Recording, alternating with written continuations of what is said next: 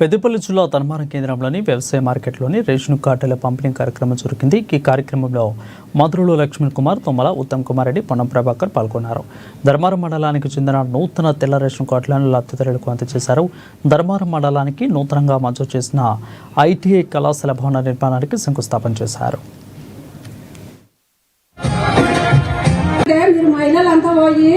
మహిళలందరూ ration card వేసుకుంటారు, నువ్వు చేయించుతలేవు, అది మా నాతో గొడవ పెట్టేది మా సార్.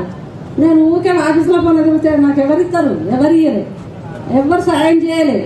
ఇప్పుడు నాకు తెలంగాణ మాకు కాంగ్రెస్ వచ్చినాక మాకు రేషన్ కార్డు వచ్చింది. మాకు సన్న వేలాది ఎకరాల భూమి రోజులైన సందర్భంలో మేము అడిగినాం. అప్పుడు అపోజిషన్ ఉన్నప్పుడు నేను జిల్లా కాంగ్రెస్ అధ్యక్షునే కానీ ఈ ప్రాంత కాంగ్రెస్ పార్టీ ఓడిపోయిన కాంగ్రెస్ పార్టీ అన్నదానాన్ని కన్నా ప్రజల పక్షాన రైతుల పక్షాన అడిగినాం. ఒకటే మాట మాట్లాడారు, మేము పత్తి బాగా రిజర్వాయర్ ఏర్పాటు చేస్తాం, ఏర్పాటు చేసి చివరి నాయకత్వాలు నిర్మిస్తామన్నారు. మరి అది కాకుండా ఇప్పుడు అడిషనల్ టీఎంసీ అని చెప్పి ఇక్కడ కాళేశ్వరం దగ్గర వెలుగటూరు అడిషనల్ టీఎంసీ